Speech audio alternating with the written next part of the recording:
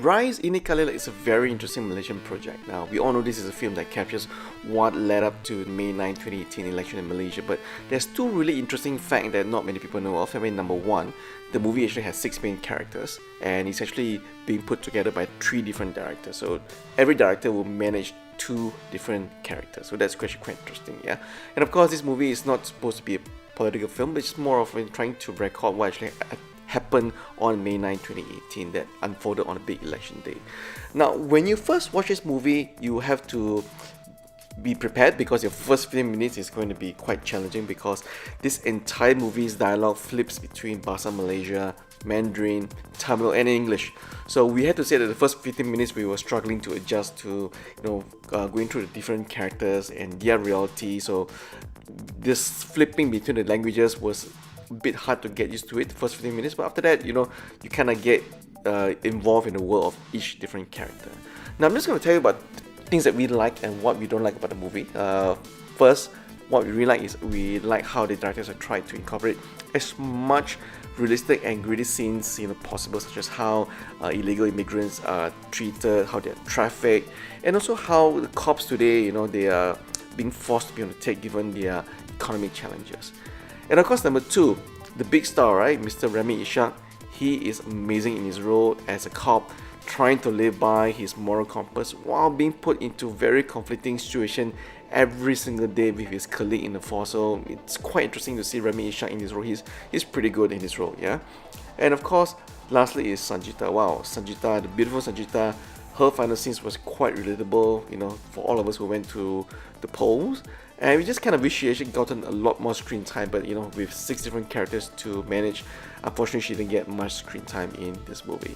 Now, what we didn't like about the movie, well, number 1, we do think that the movie probably could have been better if it was not told over such a long period of time with so many different characters. So maybe they could have dropped, the chicken rice seller and also the Jen Chia's role. So that's what we thought, yeah. And of course, number 2, while we understand that the characters of this lady that's being played by Mira Faliza, that she plays a reluctant participant in the entire election that's happening in Malaysia, she somehow comes across as the annoying friend that everybody has in a circle that always think they're right.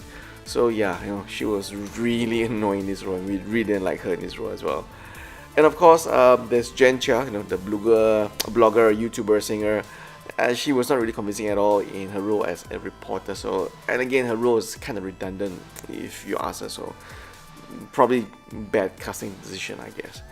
And of course, lastly is the inconsistency of using a fake political character, and then they kept switching back and forth between their fictional characters and also their real characters. So, for example, in the beginning of the scene, you see some of the people taking down the process of a fictional character, and then later on in the movie, they actually used Dr. Mahathir in the movie as well. So it was kind of an inconsistency that kind of drove us a little bit nuts. Maybe it's an OCD in us, yeah.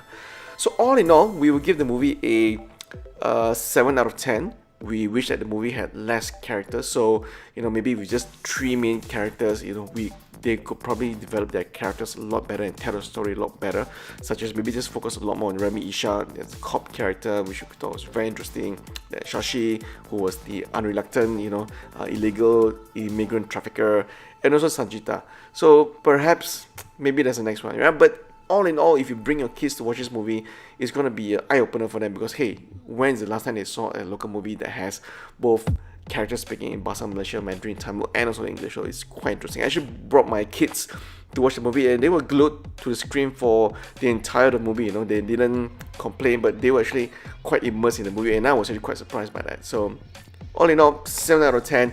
Go and watch it if you can, but don't expect anything Hollywood style explosion or because we already know what unfolded and happened, but it's really more of how the characters led up to May 9 on the election day. So that's our review for Rise Ini Kalilah. Let us know what you think of the movie if you have seen it, and of course, if you think that this movie is not getting a lot of ticket sales, well, you'll be surprised. Well, the cinema that we actually went to was actually full on a Saturday night. So there you go.